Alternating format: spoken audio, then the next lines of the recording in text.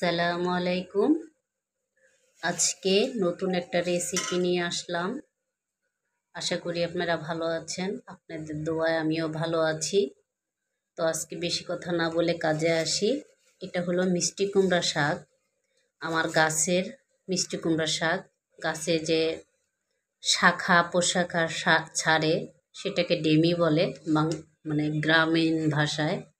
তো গাছের গোড়াদের যে ডেমিগুলো ছাড়ে ওগুলি বাড়তে দিলে গাছের উপরের দিকে ভালো হয় না, তাই আমি এগুলি ছিঁড়ে নিয়ে এসেছি।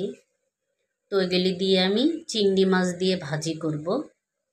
তো এখন আমি এগুলি কেটে নিই, তারপরে দেখাচ্ছি আপনাদেরকে। এই তো শাকগুলো আমি কুচি কুচি করে কেটে নিয়েছি। যেহেতু আমি ভাজি করব চিংড়ি মাছ দিয়ে, তাই এইভাবে করে নিয়েছি। গুঁড়া চিংড়ি আর আর লাউ দিয়ে চিংড়ি রান্না করলাম। রান্না হয়ে গেছে।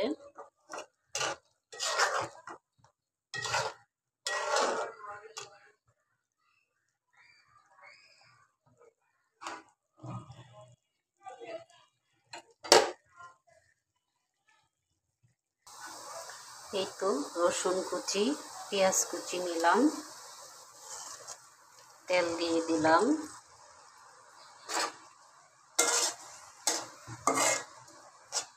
কাঁচামরিচ ছিল না, যা ছিল তাই দিলাম। একটু গুঁড়া মরিচ দিলেই হবে।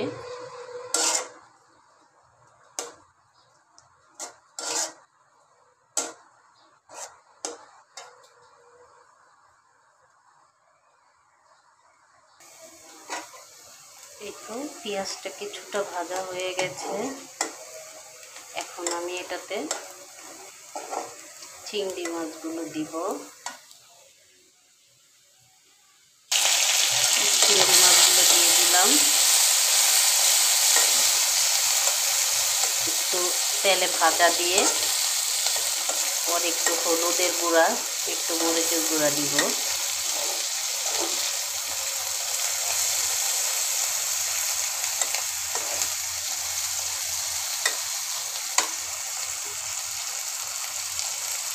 লবণ দিলাম, অল্প করে দিলাম, লাগলে পরে দিব।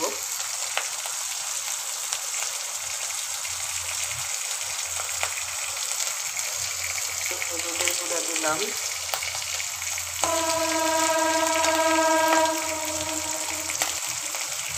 মরিচের গুঁড়া,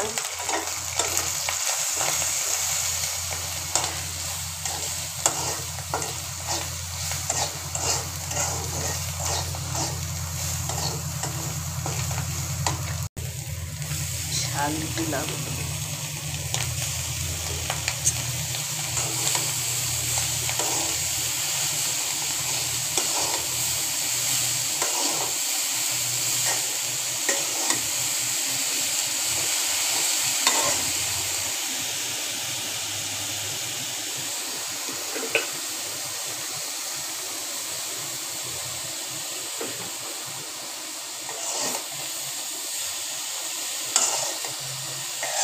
এখন নাড়াচাড়া দিয়ে ঢেকে দেব।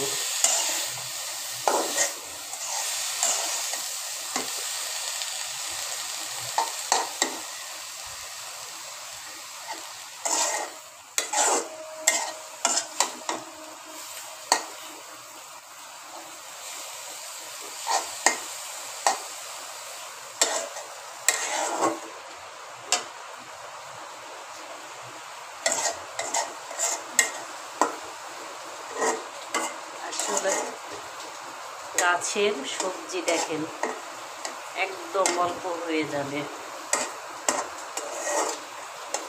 টাটকা জিনিস।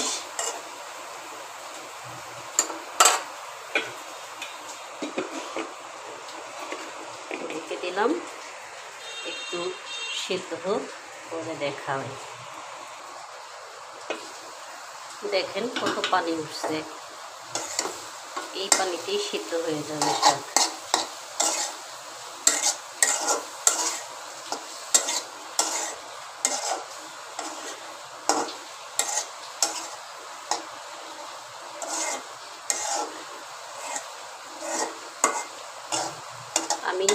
এরকম করে ভাজি প্রথম করলাম। আমি খেয়ে আপনাদেরকে বলবো কেমন হয়েছে। এটা ভালো লাগলে আপনারাও এভাবে ভাজি করে খেতে পারবেন, কারণ শাক তো আমাদের শরীরের জন্য অনেক দরকারি। ব্যস্ততার কারণে শাক খুবই কম খাওয়া হয়।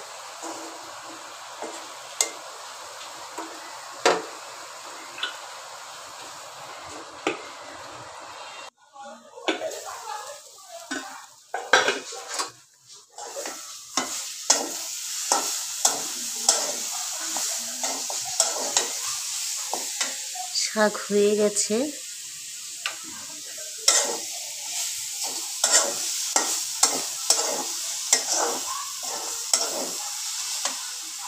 হলো আমার মিষ্টি কুমড়া শাক ভাজি।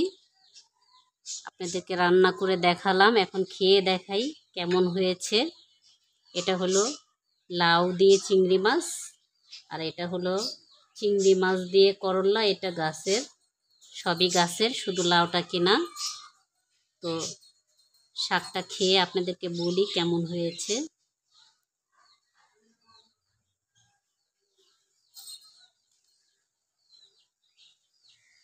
বিসমিল্লাহ।